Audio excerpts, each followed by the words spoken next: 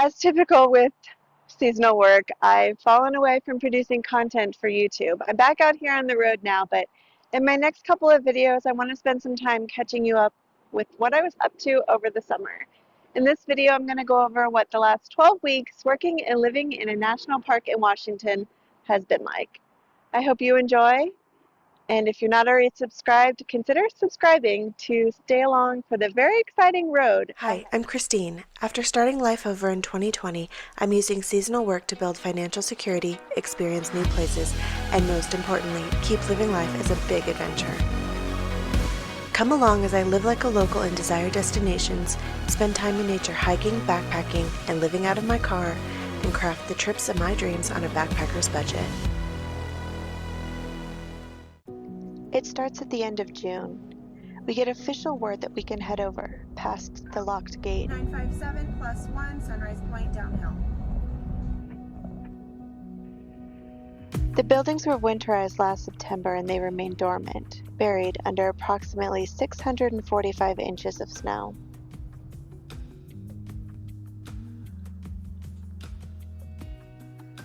We wait until the frozen lake melts and the water can be made potable, and then we move. We build a business in a building first opened in 1931. In a matter of weeks, this area that holds the record as the snowiest place in the United States will be teeming with tourists, and the remaining piles of snow will give way to wildflower-strewn meadows. For 10 weeks in the summer, I make this my home. In just a couple of months' time, I'll arrive to my 5-year anniversary of this nomadic lifestyle. Making temporary homes in unusual places has become my way of life. In this season, Sunrise is my home. Living in a 93-year-old building that spends 7 to 8 months of the year buried in snow certainly presents challenges. Mysterious sources of water leaking, pests, and our throttled attempt to mitigate them based on the environmental impact of the national park. No air conditioning, and a boiler that very effectively heats the hallways, but not so much the rooms. Oh, and the cold showers. So many cold showers. Historically referred to as Yakima Park, projects in the area now known as Sunrise commenced in 1929 as a joint effort between the concessionaire and the National Park Service. Original plans for development at Sunrise included a 300-room hotel and additional cabins. However, with the economic downturn in 1930, investors faltered and their original vision was never realized. When Sunrise opened for tourists in July of 1931, accommodations consisted of 215 cabins and the day lodge, offering a cafeteria, store, and employee dorms. The cabins did not weather well, and they were removed in 1944. Today, no overnight accommodations exist for tourists. The meadow that's in front of me here, which is behind the lodge, used to have a bunch of cabins. Those have all since been torn down, and the meadow is working on restoring, but you'll notice that a lot of the evergreen trees are actually quite small, and that is due to the fact that there used to be infrastructure there. There's plenty of work to be done, and the impact of my work here isn't lost on me. On one hand, myself and my team facilitate the purchase of souvenirs and refreshments to eager and weary travelers alike. But on the other hand, we serve as stewards of this historic lodge and act as part of a living legacy. A long-standing tradition at Sunrise is for each summer staff to create a mural.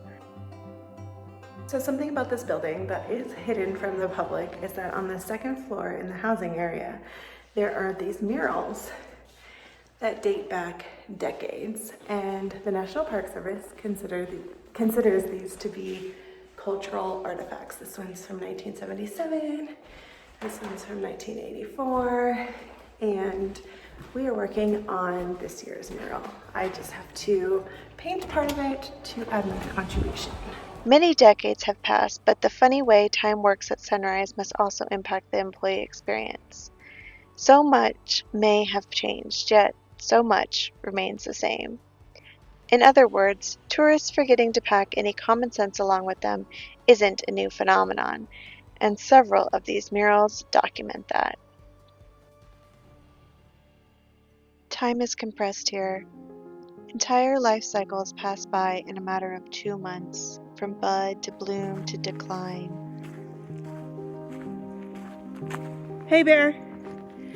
Hey, Bear. I'm just gonna pass this way. Good, Bear. Thank you. Just cross and pass. Thank you so much. Fortunately, the long summer days at this latitude lend themselves to holding on to every precious moment.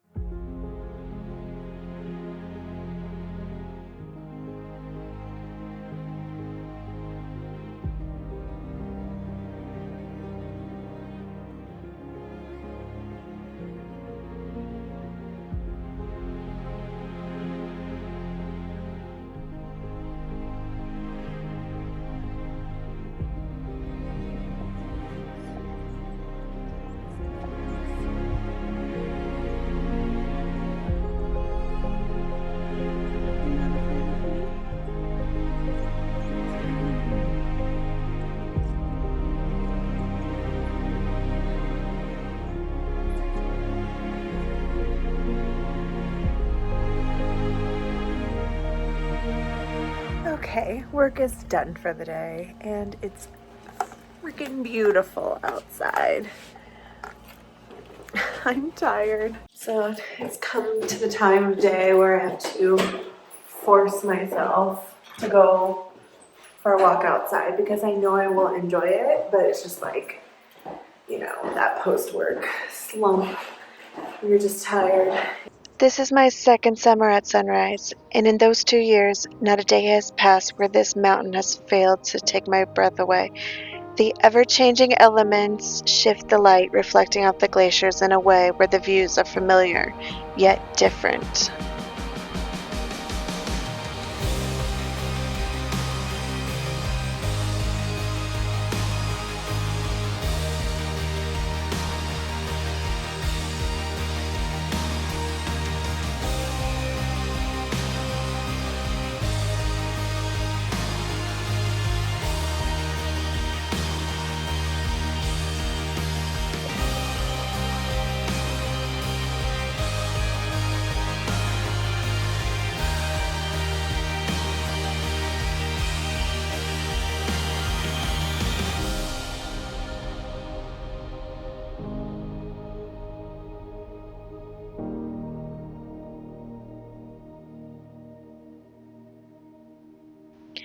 Even today, the meadows surrounding Sunrise are known collectively as Yakima Park, named to honor the Yakima people who summered in this area for thousands of years.